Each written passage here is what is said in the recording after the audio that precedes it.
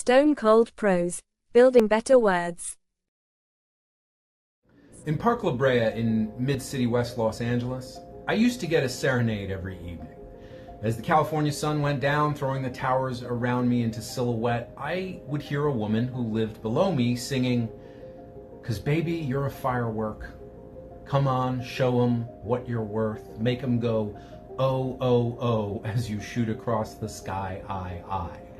I did not know this young lady personally, but I saw her often enough in the tower in which I lived, a tall, slender Asian girl in her 20s with very lustrous black hair that she usually wore in this ponytail and who drifted around Burnside Circle like a self-satisfied specter. I gathered from those who did know her that she was new to town and hell-bent on auditioning for and ultimately winning American Idol. Certainly she had a powerful voice. I could hear it from hundreds of yards away.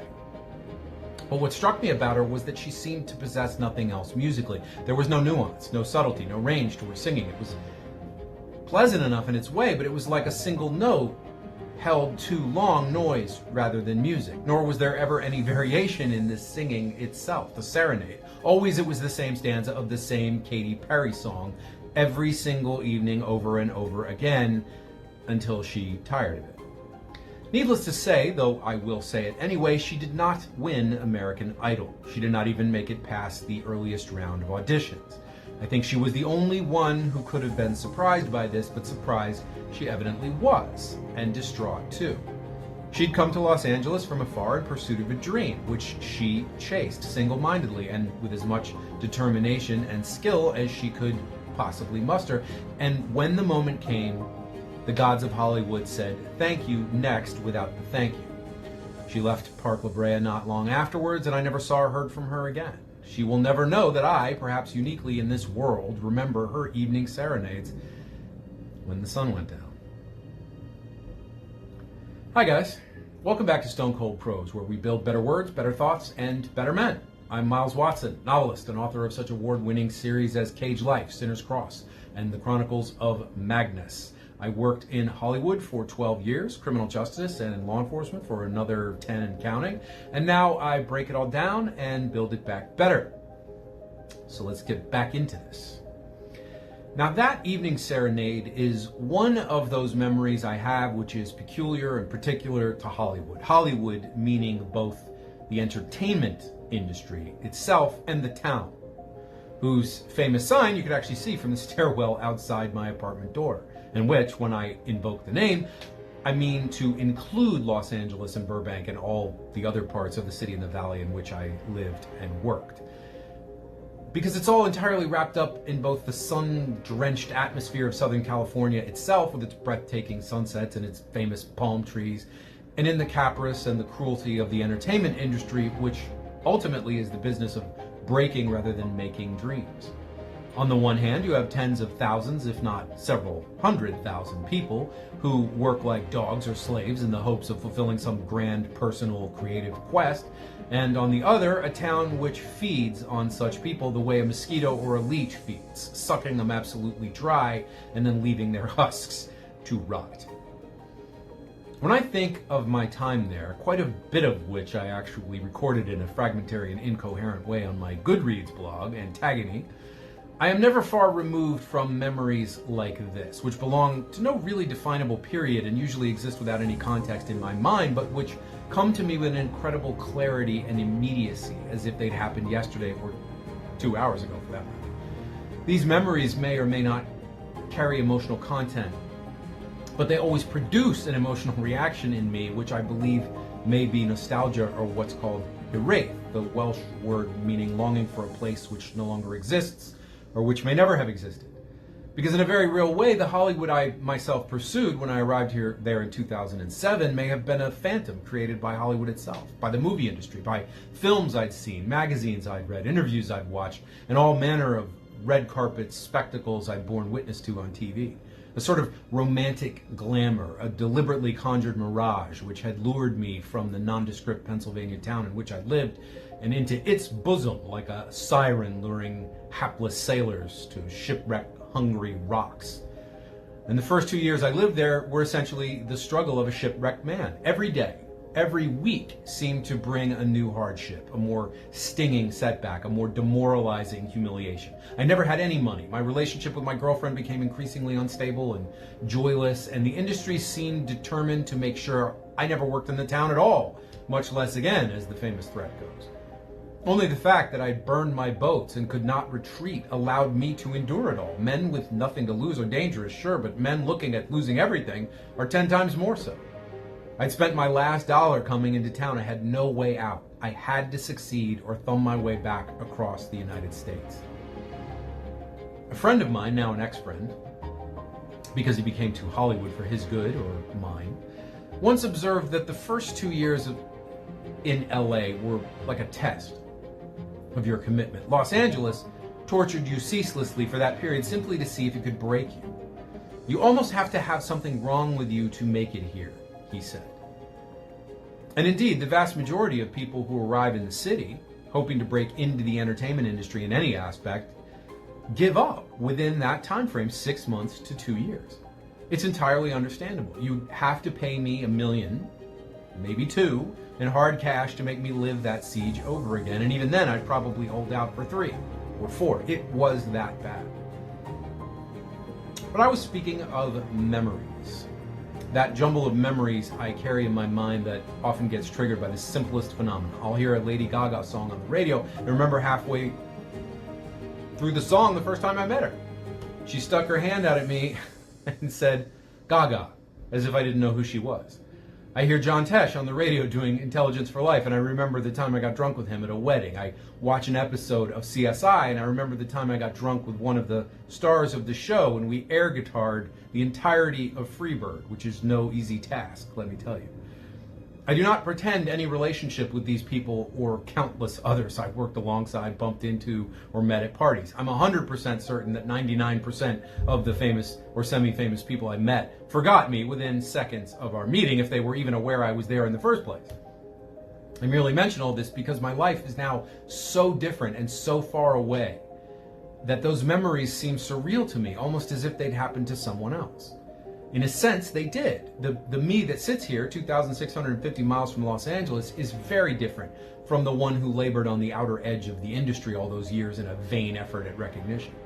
But damn it, I do carry most of his memories.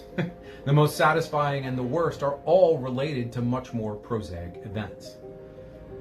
I'm driving home from a long shift at a trailer house next to CBS Television City, and I get stuck in Hollywood Bowl traffic.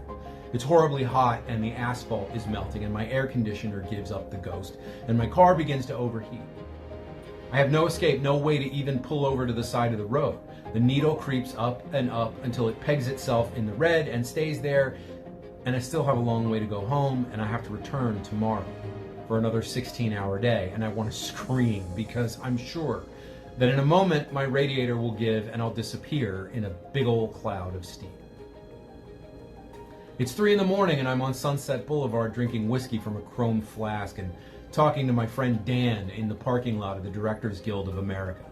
We're exhausted and punch drunk, and there's still no sign we're going to be sent home, but we're happy while the whiskey lasts. Then we cross the street and go back inside, back to work. I'm in the desert in Palmdale on a shoot for True Blood, and when the sun goes down, so does the temperature.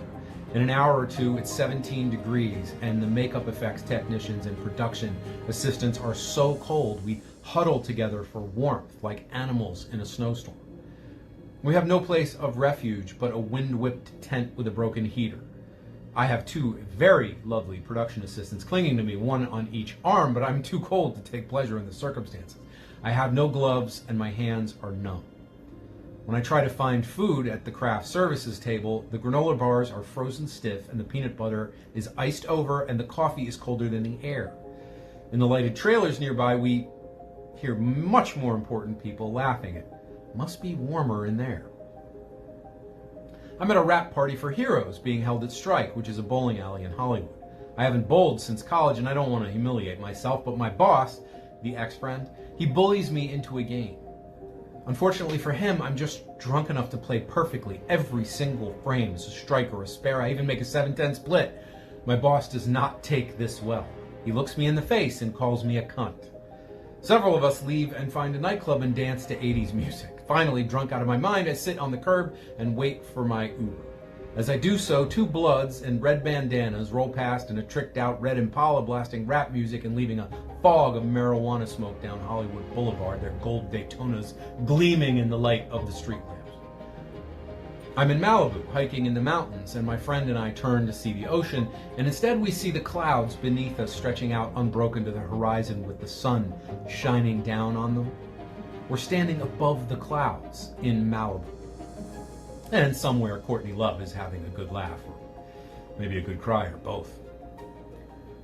I go to Santa Monica on Thanksgiving Day, and after some hours of sunning and swimming and reading and dozing, I decide to take one last plunge in the water before I leave. And wouldn't you know it, some sea monster gets me.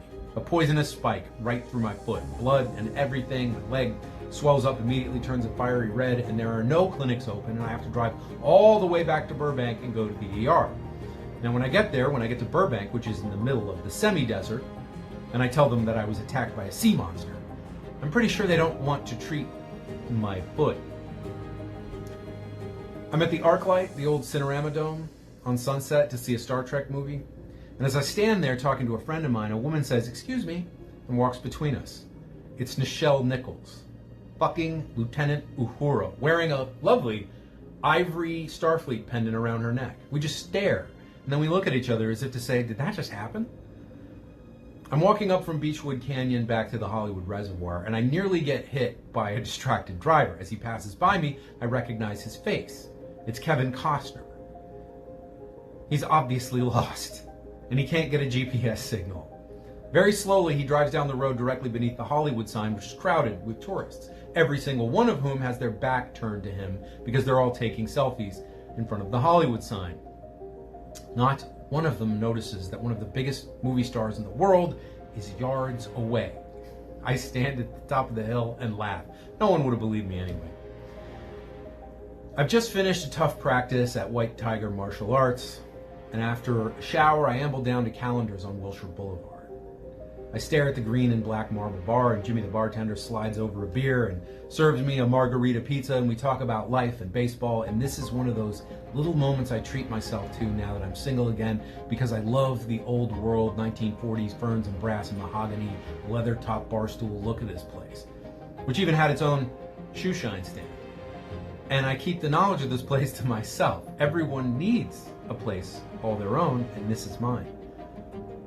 My cousin Scott and I are emerging from Freddie Roach's famous Hollywood boxing club, the Wild Card Gym.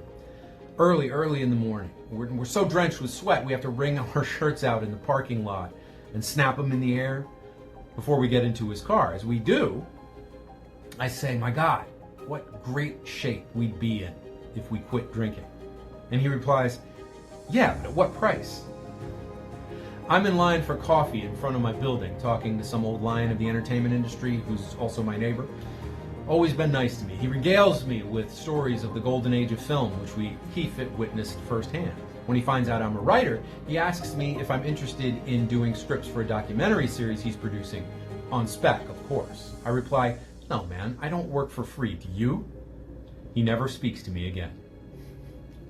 I'm blasting down Highland with the top down on a lovely summer night, about to hit the well-lighted heart of Hollywood, singing Give Your Heart a Break by Demi Lovato at the top of my lungs and laughing hysterically at the comic adventure that is my life.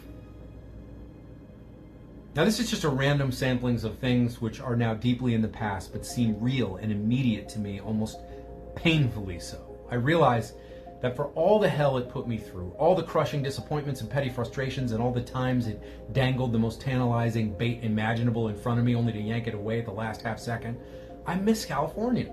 I miss Los Angeles. I miss Hollywood. I will always miss it, and I will always miss being a part of it, however small. There is something magical about the place and the industry, in both the good and the evil senses of that word. It's not a grandeur, it's a charisma. Hollywood is like the bad girl in a film noir movie, the femme fatale you know is fatale, but who draws you in anyway because you want to be drawn. Your suffering is an implicit part of your role in the scheme of things. You have a dream, and your suffering is the price tag. The peculiar caveat being that you must pay the price whether you realize your dream or not. The pay is for play, for the chance itself, not for the outcome. Only dilettantes and trust fund jockeys glide through the industry as if they're oiled. Everyone else scrapes and screeches and sparks their way around, either disintegrating in the process or finally breaking through. Me? I disintegrated. Not wholly, not completely, but enough that I knew if I didn't do a bunk soon, there'd be nothing left of me to rescue. So out I went. An easy decision at the time, and the right decision in retrospect. Sun goes up, sun goes down. Still, there are times, days at work, nights when I'm watching a movie or a show and realize, hey, I worked with that guy, or hey, I got drunk with that girl, or hey, that building in the background, I used to live there. That's the place I used to listen to my evening serenade, to the sound of someone else's dying dream. Guys, if you enjoyed today's video, please remember to like, subscribe, comment, hit the notification bell, and remember to check out my books on Amazon. The link may or may not be in the description. I drop scripted content every Friday at 3 p.m., shorts almost every day, and unscripted rambles whenever rage moves me to do so. I will see you next time, and until then, stay cold, because sometimes California is too hot to handle.